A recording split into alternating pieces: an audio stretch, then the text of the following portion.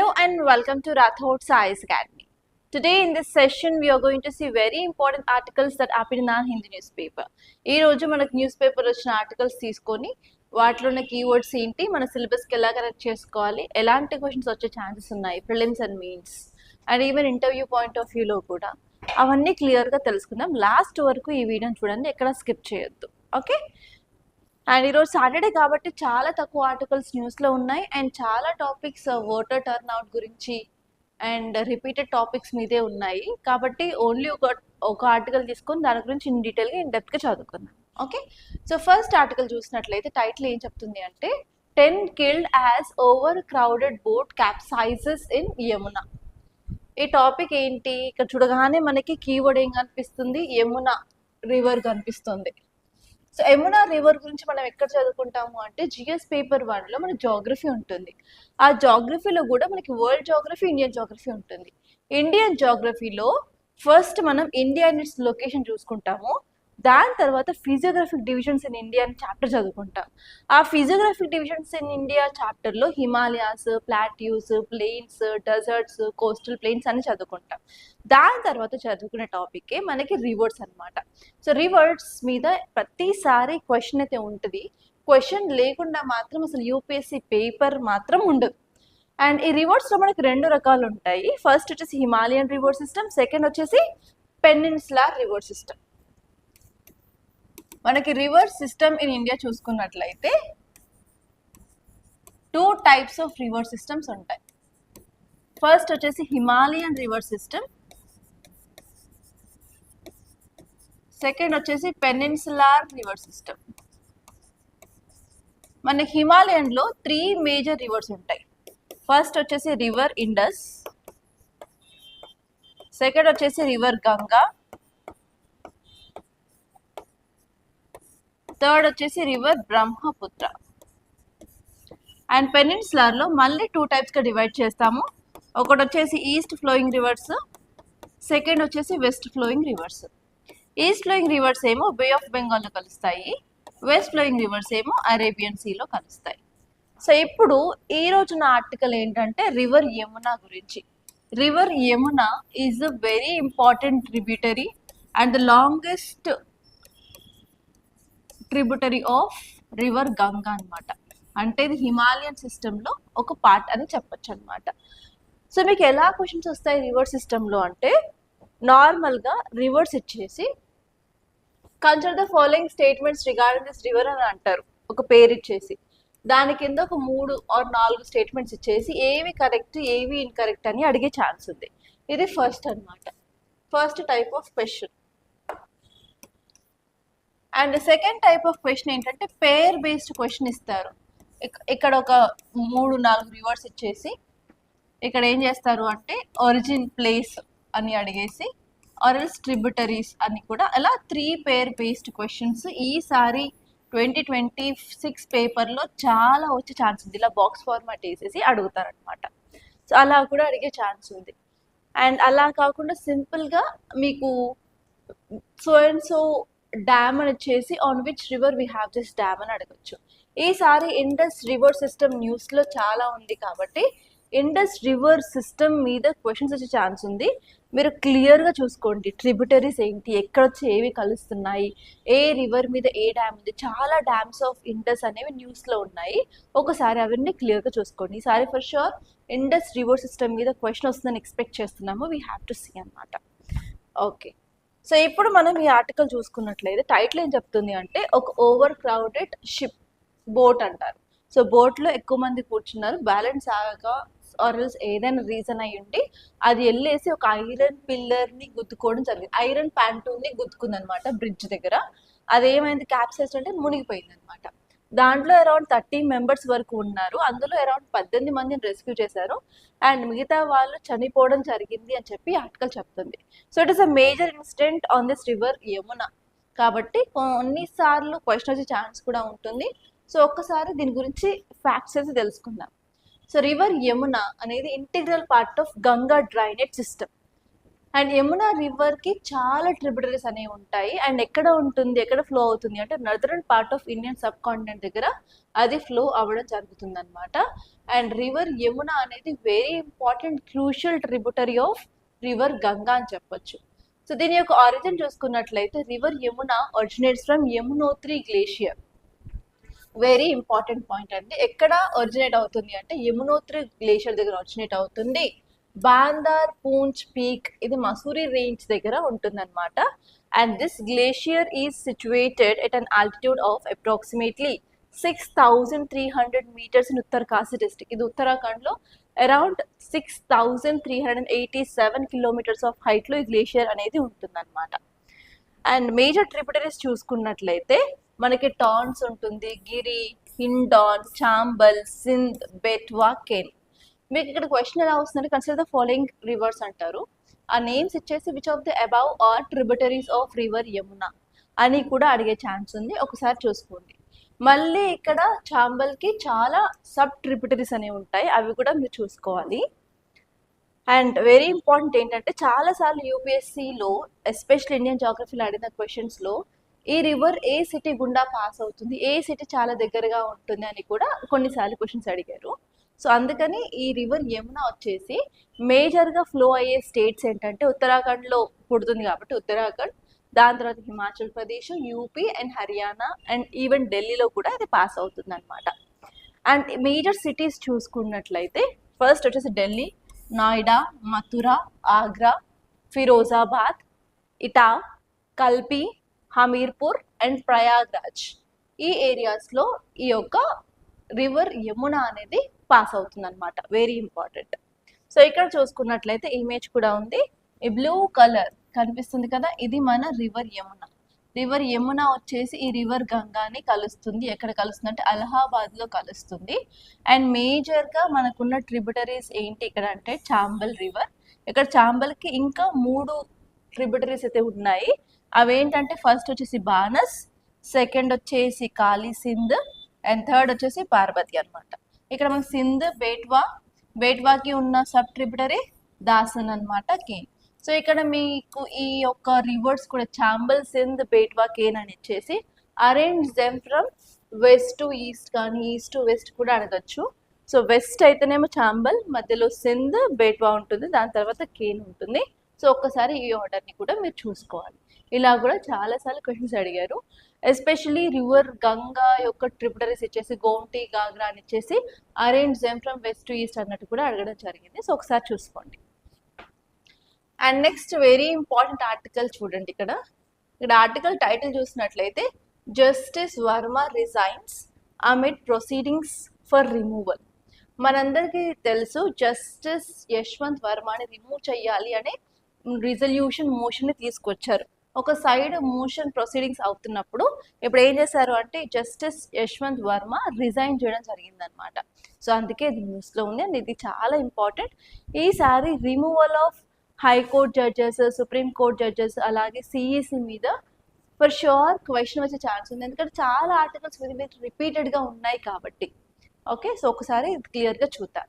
And ఇక్కడ ఈ topic వచ్చేసి justice Varma resignation of high court judges. So ఇక్కడ మీరు చూసుకోవాల్సింది ఏంటంటే removal process of high court judge ఏంటి, ఏ ఆర్టికల్ మాట్లాడుతుంది, అసలు ప్రాసెస్ ఏంటి, అసలు ఎలాంటి మెజారిటీ కావాలి రిమూవ్ చేయాలి అంటే అవన్నీ మీరు క్లియర్గా తెలుసుకోవాలి. అండ్ ఇంకోటి ఏంటంటే సిఈసి చీఫ్ ఎలక్షన్ కమిషనర్ని అలాగే supreme court and high court judges remove చేసే ప్రాసెస్ సేమే ఉంటుందన్నమాట. There is no change. ఇది ఎక్కడ రాస్తుందంటే జడ్జెస్ ఎంక్వైరీ యాక్ట్లో రాస్తుందన్నమాట. ఓకే, దీని గురించి తెలుసుకుందాం. అండ్ ఈ టాపిక్ వచ్చేసి పాలిటీలో చాలా ఇంపార్టెంట్. అండ్ ఈసారి మీకు ప్రిలిమ్స్లో ఫర్ షూర్ 100కి 100% దీని మీద క్వశ్చన్ వచ్చే ఛాన్స్ ఉంది. సో ఇక్కడ మీరు కంటెక్స్ట్ చూసుకున్నట్లయితే justice Yashwant Varma of Allahabad high court he is facing parliamentary motion for removal. So ఇతను రిమూవ్ చేయాలని చెప్పి పార్లమెంటరీ మోషన్ జరుగుతున్న టైంలో ఇతనే వెళ్ళి అతని యొక్క రిజిగ్నేషన్ లెటర్ ఎవరికి ఇచ్చారు, ప్రెసిడెంట్ ద్రౌపది ముర్ము గారికి ఇవ్వడం జరిగిందనమాట. ఈ రెసిగ్నేషన్ ఎందుకు అని అన్నట్లయితే అతని మీద చాలా అలిగేషన్స్ ఉన్నాయి. అలిగేషన్స్ ఏంటంటే అతను ఉంటున్న ఇంట్లో కరెన్సీ కాలిపోయింది, అతను కరప్షన్లో ఇన్వాల్వ్ అయ్యారు, అని కొన్ని అలిగేషన్స్ ఉన్నాయి. ఆ అలిగేషన్స్ మీద అతను రిమూవ్ చేయాలనుకున్నారు. సో నా ఫైనల్లీ హీ రిజైన్. అతను తీసుకెళ్లి రిజైగ్నేషన్ లెటర్ ప్రెసిడెంట్కి అయితే ఇవ్వడం జరిగింది. సో ఇప్పుడు మనం చూసుకున్నట్లయితే the procedure for removal of supreme court judge కానివ్వండి, హైకోర్ట్ జడ్జ్ కానివ్వండి, దాన్ని ఏమంటారు అంటే ఇంపీచ్మెంట్ ప్రాసెస్ అంటారు. ఈ ఇంపీచ్మెంట్ ప్రాసెస్ ఎక్కడ రాస్తుంది మన రాజ్యాంగంలో అంటే ఆర్టికల్ 124 సబ్ క్లాస్ 4లోనేమో సుప్రీం కోర్ట్ని రిమూవల్ చేసే దాని గురించి రాసింది, అండ్ ఆర్టికల్ 218లోనేమో హైకోర్ట్ జడ్జెస్ని రిమూవ్ చేసే దాని గురించి ఉందన్నమాట. సరే, రిమూవల్ అంటున్నాం, మరి ఏ గ్రౌండ్స్ మీద రిమూవ్ చేస్తాము? ఓన్లీ 2 గ్రౌండ్స్ మీద రిమూవ్ చేస్తాము. ఫస్ట్ వచ్చేసి మిస్బిహేవియర్, ప్రూవెన్ మిస్బిహేవియర్ అంటాము, అంటే అతను మిస్బిహేవ్ చేసినప్పుడు. అండ్ నెక్స్ట్ వచ్చేసి ఇన్కెపాసిటీ, అతనికి ఏమైనా మెంటల్గా ఏమైనా ఇష్యూస్ ఉండి ఆయన చేయాల్సిన పనులు చేయలేకపోవడం లాంటివి, అంటే ఇన్కెపాసిటీ అండ్ ప్రూవెన్ మిస్బిహేవియర్ అంటే 2 గ్రౌండ్స్ మీద మాత్రమే ఈ high court judge and supreme court judge remove చేయడం జరుగుతుంది under article 124 sub class 4 and article 218 అనమాట. సో ప్రొసీజర్ చూసుకున్నట్లయితే ఫస్ట్ వచ్చేసి ఒక మోషన్ని ఇనిషియేట్ చేస్తారు. ఆ మోషన్ ఏంటంటే we want to remove this so and so person on this grounds అని చెప్పి క్లియర్గా మెన్షన్ చేస్తారు. దాన్నే ఇనిషియేషన్ ఆఫ్ మోషన్ అంటారు. అండ్ ఈ మోషన్ని తీసుకొచ్చిన తర్వాత లోక్సభలోని మెంబర్స్ అలాగే రాజ్యసభలోని మెంబర్స్ దాని మీద సంతకాలు చేయాల్సి ఉంటుంది. ఎంతమంది మినిమం అంటే లోక్సభలో 100 ఎంపీస్, రాజ్యసభలో 50 మంది వరకు సైన్ చేసేసి దాన్ని తీసుకువెళ్ళేసి ఎవరికి ఇస్తారు అంటే ప్రిసైడింగ్ ఆఫీసర్కి ఇస్తారు. ఓకే, ప్రిసైడింగ్ ఆఫీసర్ ఎవరు అంటే లోక్సభలో స్పీకర్ ఉంటారు, రాజ్యసభలో వైస్ ప్రెసిడెంట్ ఉంటారు. వాళ్ళు దాన్ని యాక్సెప్ట్ చేస్తే ఓకే, యాక్సెప్ట్ చేయలేదు అంటే అక్కడే ఎండ్ అయిపోతుంది. ఓకే, వాళ్ళు యాక్సెప్ట్ చేసినట్లయితే ఒక ఎంక్వైరీ కమిటీని వాళ్ళు ఫామ్ చేస్తారు. ఈ ఎంక్వైరీ కమిటీలో 3 ఉంటారు. ఒకరేమో సుప్రీం కోర్ట్ జడ్జి, రెండు వారేమో chief justice of high court, third person ఎవరు అంటే ఎమినెంట్ జ్యూరిస్ట్. ఈ 3 పర్సన్స్ ఉంటారు, supreme court judge, high court chief justice, అలాగే ఎమినెంట్ జ్యూరిస్ట్. ఓకే, వీళ్ళు ఇప్పుడు ఇన్వెస్టిగేషన్ స్టార్ట్ చేస్తారు. వాళ్ళు ఏవైతే అలిగేషన్స్ చెప్పారో మిస్బిహేవియర్ అండ్ ఇన్కెపాసిటీ, దాని మీద వీళ్ళు ఇన్వెస్టిగేషన్స్ చేస్తారనమాట. చేసేసి వాళ్ళు ఒక రిపోర్ట్ తయారు చేస్తారు, ఎస్ ఆర్ నో అని. ఆ రిపోర్ట్ని ఫైనల్గా మళ్ళీ పార్లమెంట్లో పెట్టడం జరుగుతుంది. ఇఫ్ ఇన్ కేస్ ఆ కమిటీ ఎస్ వీళ్ళు మిస్బిహేవ్ చేశారు లేకపోతే ఇన్కెపాసిటీ ఉంది అని వాళ్ళు రిపోర్ట్లో రాసినట్లయితే ఆ రిపోర్ట్ని తీసుకువెళ్ళేసి హౌస్లో ఓటింగ్కి పెడతారనమాట. అండ్ ఓటింగ్ చాలా కష్టంగా ఉంటుంది. ఇక్కడ మనకి స్పెషల్ మెజారిటీ కావాలి. ఈ మోషన్ని పాస్ అవ్వాలి చేయాలి అంటే 2/3 of majority in Lok Sabha and Rajya Sabha కావాలి. దాంతో పాటు అబ్సల్యూట్ మెజారిటీ కూడా ఉండాలి. సో అలా ఉన్నట్లయితేనే మనం అతన్ని రిమూవ్ చేయడానికి వస్తుంది. ఇఫ్ ఇన్ కేస్ ఈ total majority, absolute majority and as well as special మెజారిటీతో పాస్ అయినట్లయితే ఇప్పుడు ఏమవుతుంది, దాన్ని తీసుకెళ్ళి ప్రెసిడెంట్ ముందు పెడతారు. ప్రెసిడెంట్ దాన్ని సైన్ చేసేసి ఆ రోజే అతను రిమూవ్ చేస్తారనమాట. ఇది రిమూవల్ ప్రాసెస్. కానీ ఇక్కడ గుర్తుపెట్టుకోవాల్సిన 2 ఇంపార్టెంట్ పాయింట్స్ ఏంటంటే, ఫస్ట్ వచ్చేసి పార్లమెంట్ ఎక్స్పైర్ అవుతుంది టర్మ్ అన్నప్పుడు, ఆర్ఎల్స్ పార్లమెంట్ డిజాల్వ్ అయింది అంటే మాత్రం ఈ యొక్క మోషన్ ఆటోమేటిక్గా ల్యాప్స్ అనేది అవుతుంది. దీని మీద యూపీఎస్సీ స్టేట్మెంట్ చేసే ఛాన్సెస్ ఉంది. ఇదేంటంటే పార్లమెంట్ ఎక్స్పైర్ అయితే ఆర్ఎల్స్ డిజాల్వ్ అయితే మాత్రం అక్కడ మనం పెట్టిన మోషన్ అనేది ల్యాప్స్ అవుతుంది. అండ్ సెకండ్ ఇంపార్టెంట్ పాయింట్ ఏంటంటే, ఇంతవరకు ఏ జడ్జ్ కూడా ఇంపీచ్మెంట్ ద్వారా అయితే రిమూవ్ అవ్వడం మన ఇండియన్ హిస్టరీలో లేదనమాట. సో ఇప్పుడు ఇతన్ని కూడా మనం రిమూవ్ చేయలేదు, అది అవుతున్నప్పుడే అతను రిజైన్ చేశారు కాబట్టి still now no judge had been removed in this process అని చెప్పచ్చు అనమాట. సో ఈ పాయింట్స్ మీద యూపీఎస్సీ స్టేట్మెంట్స్ క్వశ్చన్స్ చేసే ఛాన్సెస్ ఉన్నాయి, ఒకసారి క్లియర్గా చూసుకోండి. ఓకే, అండ్ నెక్స్ట్ ఆర్టికల్ వచ్చేసి great Nicobar draft plan projects tourism as primary growth driver. ఇక్కడ మనం టైటిల్ చూడగానే మనకి ఏం అర్థమవుతుంది, ఇది గ్రేట్ నికోబార్ ప్రాజెక్ట్ గురించి అని అర్థమవుతుంది. ఇక్కడ టూరిజం ప్రైమరీ గ్రోత్ అంటున్నారు. ఓకే, సో మనం ఇక్కడ చూడాల్సింది ఏంటంటే గ్రేట్ నికోబార్ ప్రాజెక్ట్ గురించి. మనం ఎన్నోసార్లు ఈ టాపిక్ గురించి చదువుకున్నాం కదా. గ్రేట్ నికోబార్, అండమాన్ అండ్ నికోబార్స్ ఎక్కడ ఉంటాయి, బే ఆఫ్ బెంగాల్లో ఉంటాయి. 10 డిగ్రీ ఛానల్ అండమాన్ని నికోబార్ని విడదీస్తుంది కదా. ఓకే, సో మనం చూసుకున్నట్లయితే ఈ పైన అండమాన్ ఉంటుంది, కింద నికోబార్ ఉంటుంది. ఇప్పుడు నికోబార్ ఐలాండ్స్లో మనం ఒక డెవలప్మెంట్ ప్రాజెక్ట్ని తీసుకొస్తున్నాం. ఆ డెవలప్మెంట్ ప్రాజెక్ట్లో మనం 4 డెవలప్ చేస్తున్నాం. ఏంటది, ఒకటేమో గ్రీన్ ఫీల్డ్ ఎయిర్పోర్ట్,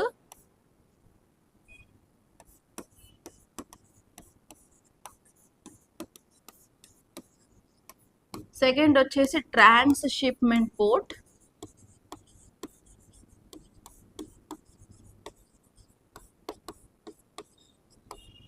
నెక్స్ట్ వచ్చేసి gas and solar power plant.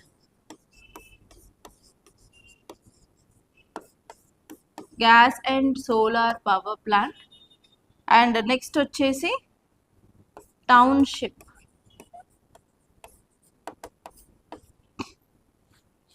Okay, ఈ 4 మనం ఇక్కడ అండమాన్ అండ్ నికోబార్ ఐలాండ్స్లో డెవలప్ చేస్తున్నాం. ఓకే, ఇప్పుడు ఒక్కసారి ఆర్టికల్లోకి వెళ్తే ఈ ప్రాజెక్ట్ వల్ల మనం టూరిజంని పెంచుతున్నాం అని అంటున్నారు కదా. సో ఇక్కడ మనం ఈ యొక్క ప్రాజెక్ట్ చూసుకున్నట్లయితే ఫస్ట్ ఎయిర్పోర్ట్ అనేది మనం డెవలప్ చేయడం వల్ల అక్కడ మనం ఫ్లైట్ రూట్స్ అనేవి ఎక్కువ చేసేసి మనం ఈజీగా ఇక్కడ ఎవరైనా వీళ్ళు వెళ్ళాలి అనుకున్నట్లయితే ఇప్పుడు ప్రాపర్గా ఎయిర్వేస్ ఉంటాయి కాబట్టి చాలా మంది ఇప్పుడు అండమాన్ అండ్ నికోబార్కి వెళ్ళడానికి మొగ్గు చూపిస్తారు.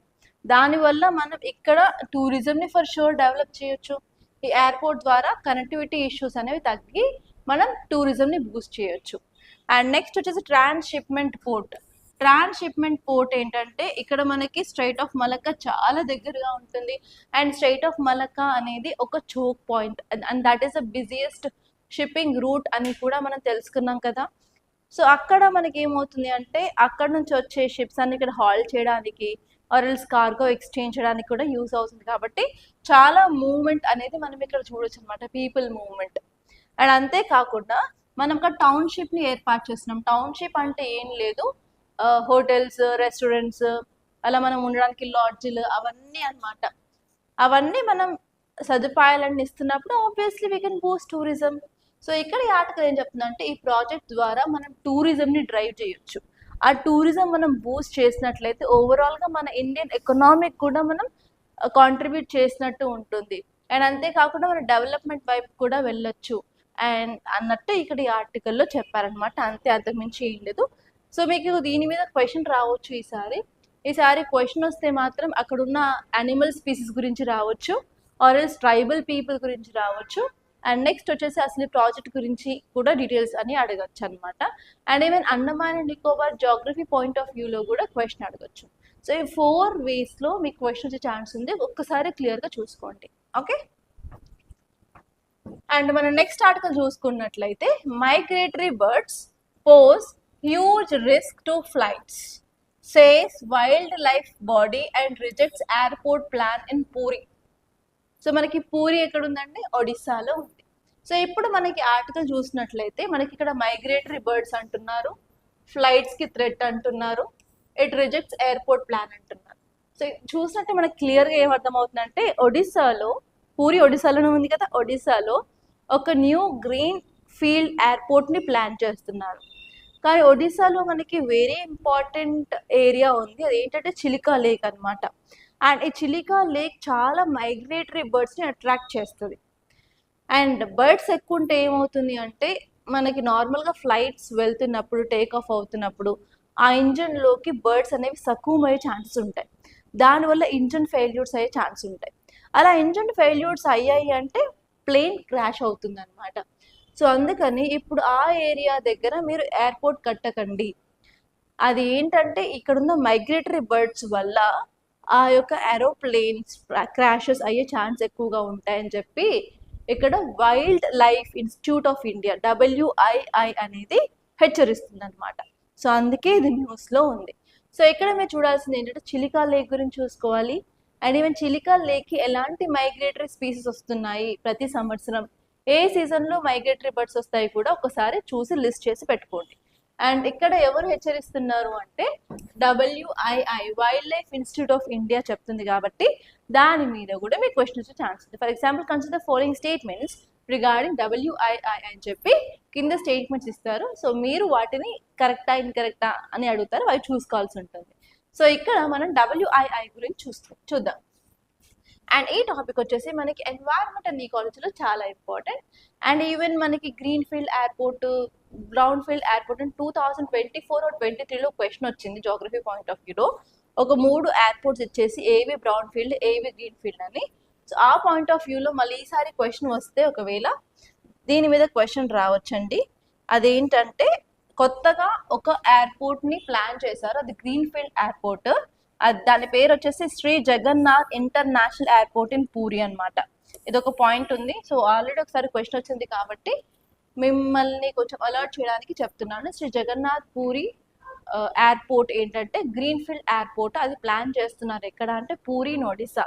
ఎందుకంటే మనకి తెలుసు puri is famous for Rath యాత్ర. ఆ టైంలో ప్రాపర్గా కనెక్టివిటీ ఉండాలి and to increase tourism in that area, airport అనేది ప్లాన్ చేస్తున్నారు అనమాట. బట్ WII వద్దు అని చెప్తుంది అనమాట. ఓకే, ఇక్కడ WII గురించి చూసుకున్నట్లయితే ఇది ఒక అటానమస్ ఇన్స్టిట్యూషన్. ఇది ఎప్పుడు ఎస్టాబ్లిష్ చేశారు అంటే 1982లో ఎస్టాబ్లిష్ చేయడం జరిగింది under ministry of environment, forest and climate change అన్నమాట. ఇది ఎక్కడ ఉంటుంది అంటే ఉత్తరాఖండ్ డెహ్రాడూన్లో ఉంటుంది. అసలు దీని యొక్క పని ఏంటి అంటే this institution will provide training programmes and even academic courses కూడా ఇస్తుంది. And even wildlife research and management గురించి కూడా ఉంటుంది. And it will help to do research across our country. And research works అనేది డిఫరెంట్ ఫీల్డ్స్లో చేస్తారు, including biodiversity, policy related to wildlife, endangered species, wildlife management, different ఏరియాస్లో వాళ్ళు work అనేది చేస్తారు. మేజర్ ఆబ్జెక్టివ్స్ వచ్చేసి to improve scientific knowledge on wild life resources అన్నమాట.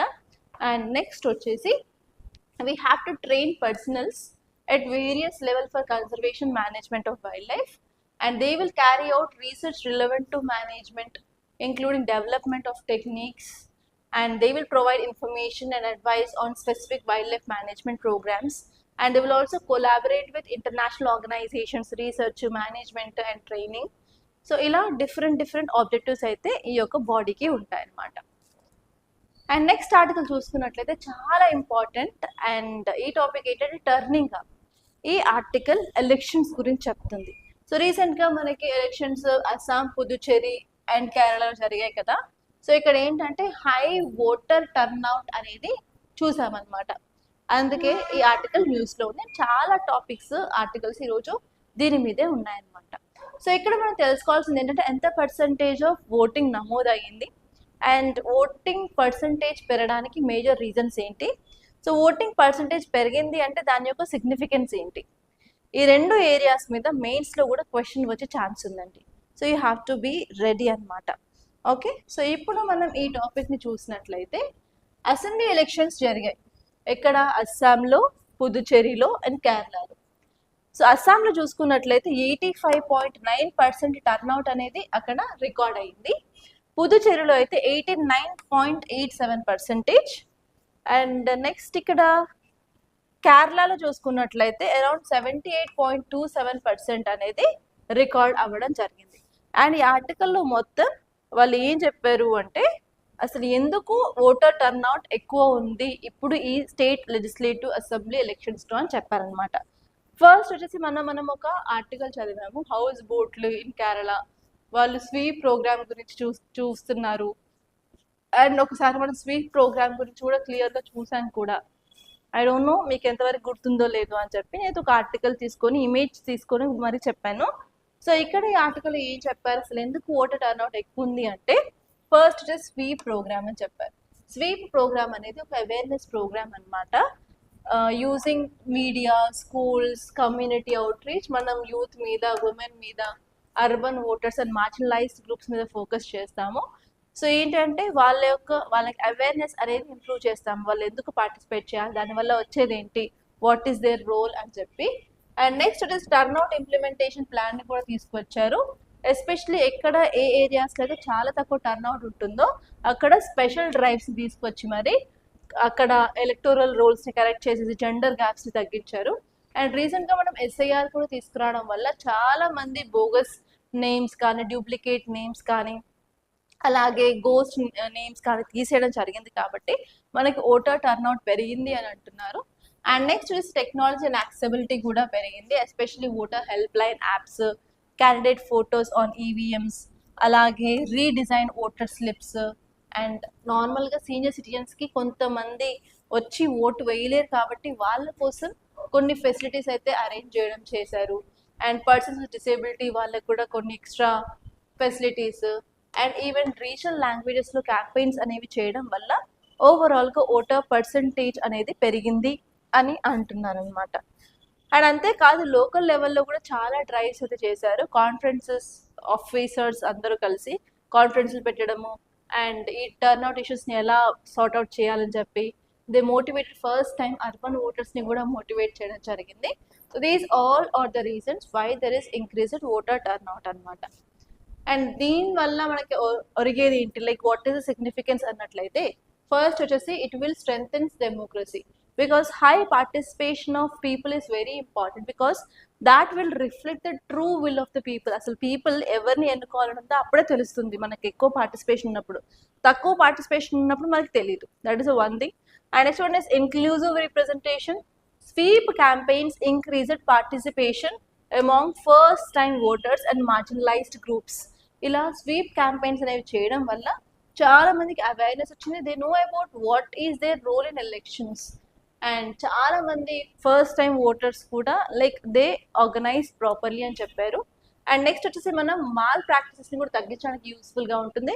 ఎక్కువ voter participation weakens the impact of money power, అలాగే coercion, and we can strengthen our democracy అంటున్నారు. And అంతేకాకుండా it will also promotes national unity. Voting unites diverse communities in a common democratic exercise, especially Assam record turnout reflected unity beyond caste and as well as language divisions.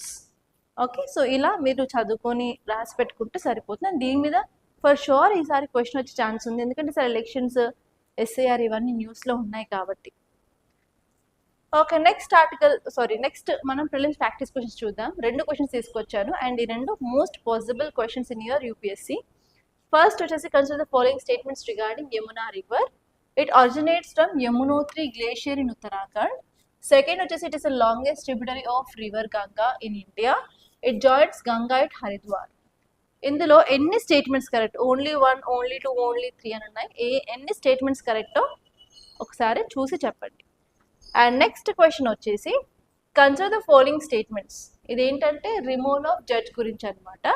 First వచ్చేసి a high court judge can be removed only by the president. Next వచ్చేసి the removal required simple majority in the both the houses of parliament. The grounds for removal include proved misbehaviour or incapacity.